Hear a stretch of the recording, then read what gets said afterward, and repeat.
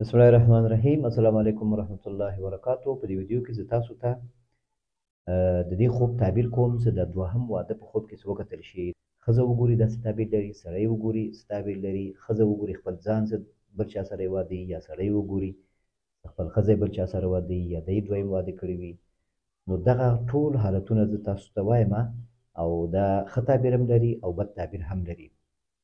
عام حالاتو کې چې کله یو ښځه خوب کې وګوري د خاوند یې بل واده کړی وي، نو دا تشویش باندې تعبیر کیږي. چې دی تشویش لري د خاوند په نسبت باندې، چې کیدای شي دا خاوند یې بل واده وکړي، فکر کوي چې دا دې ته توجه نه کوي، تشویش کوي. نو دا بیا تعبیر کیږي نه دا تشویشونه دي، یا خاوند یې درسره دا ټوکې کوي چې بله واده کومه، نو دا تشویش پورې خبره ده، دا تشویشي خوب ده.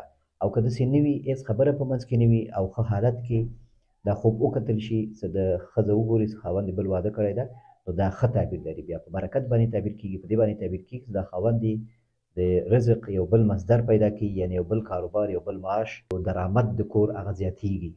ځکه د بل واده کول خو یو مسؤلیت غواړي او هغلته برکت هم راځي، مسؤلیت هم غواړي. نو معنا داسې رزق زیاتیږي، خیر زیاتیږي، رزق زیاتیږي، کور آبادیږي. نو بیا دا ښه تعبیر لري.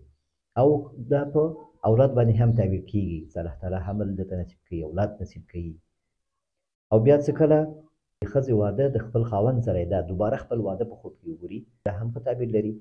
په حمل باندې هم تعبیر کیږي، په خوشحالي باندې، په یو ښه تغییر او د مشکلاتو په رفع کېدو باندې هم تعبیر کیږي. او څه کله بیا ښځه خپل واده په خوب کې وګوري د بل چا سره، د بل کس سره خپل واده وګوري په خوب کې، خو د بل چا سره دا خاوند یې نه، نو دا هم ښه تعبیر لري. خاوند کې یو ښه تغییر راځي، که دی خاوند باندې څه اعتراضونه لري یا څه مسایل د منځ کې سره جوړ نه دي، نو هغه یو ښه تغییر راځي، په هغه کې یو تغییر راځي، یو ښه حالت ورته راځي او داسې کېږي لکه چې دی بل خاوند دی، نو یو ښه تغییر راځي. نو دا هم ښه تعبیر لري. بیا او څه کله بیا ښځه په خپل خوب کې وګوري چې یو چا سره د ده واده ده او هغه کس معلوم نه ده، ده ته خبر ورکول کېږي د چا واده ستا واده چا سره کېږي، نو دا بیا خطرناک تعبیر لري. دا په مرګ باندې تعبیر کېږي.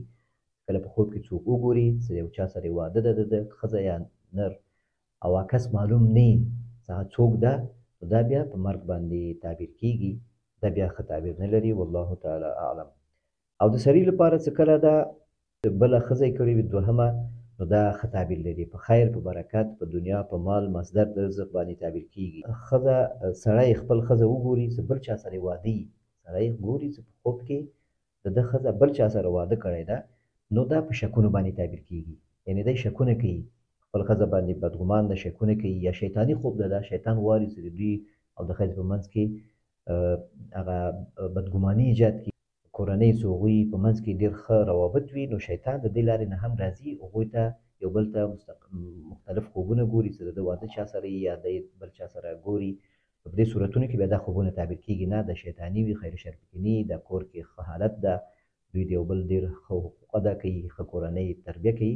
نو شیطان یې دې لپاره چې دوی سره جنګ واچوي، بدګماني ایجاد کړي، خصوصا مسافر چې کله دا خوبونه ګوري، نو هغه بیا تعبیر کېږي نه دا بیا شیطاني وي او د بدګماني وي او تشویش وي، دا خوبونه بیا تعبیر کېږي نه، د خیر شر نه وي. والله تعالی اعلم. تعبیر لري. دریم واده، څلورم واده، دا په خوب کې دا ښه تعبیر لري، په مصدر د رزق او معاش باندې زیاتېدل، بل کار، دویم کار شروع کېدل، یو ښه تغییر راتګ په ژوند کې، یو ښه مرحله د ژوند. کله په دې واده کې دا کمیز د ناوې هغه سپین وي، نو معنا داسې یو مرض وي که په ده په ښځه کې، هغه مرض یې لرې کېږي انشاءالله.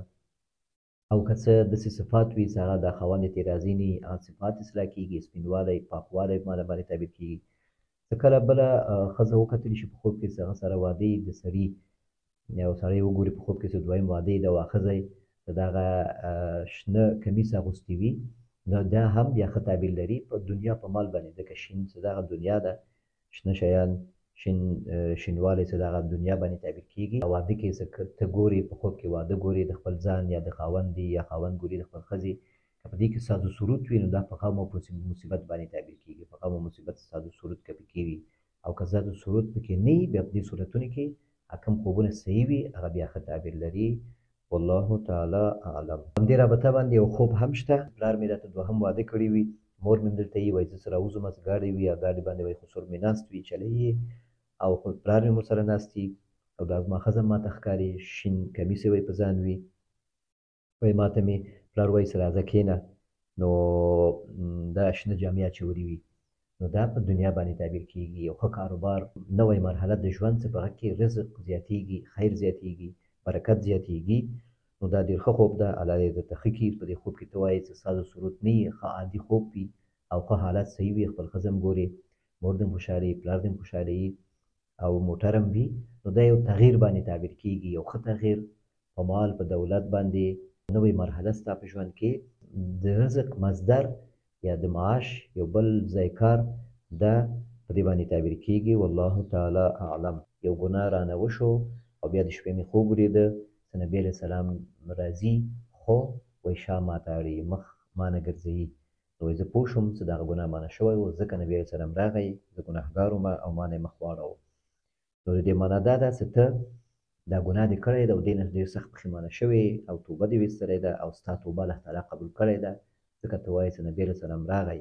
نو دا یې چې صرف درنه مخ اړولی، نو هغه خلاف ورزي ستا نه شوې ده. نو دا اوس ښه د برکت میاشت ده، د توبې او د استغفار میاشت ده. نو دعا وکړه، الله نه خیر وغواړه، دغه ګناه نه دې ستا زړه صبر کړي چې دوباره دا ګناه ستا نه ونشي، او دا کوم ګناه ستا نه شوې ده د دې بخشش وغواړه. دا ګناه بېرته ته جبیره کړې په ښه اعمالو سره، په ذکر، تلاوت، عبادت. او ښه خوب ده. او همچنان دا خوب ستا په هغه ښه توب او ستا د کورنۍ په تربیې باندې هم تعبیر کېږي او ستا په ښه وجدان او ښه ایمان باندې هم تعبیر کېږي چې دغه خطا، دغه ګناه تا نه شوی ده په ناپوهۍ کې یا په جذبه کې، ته پښیمانه شوې.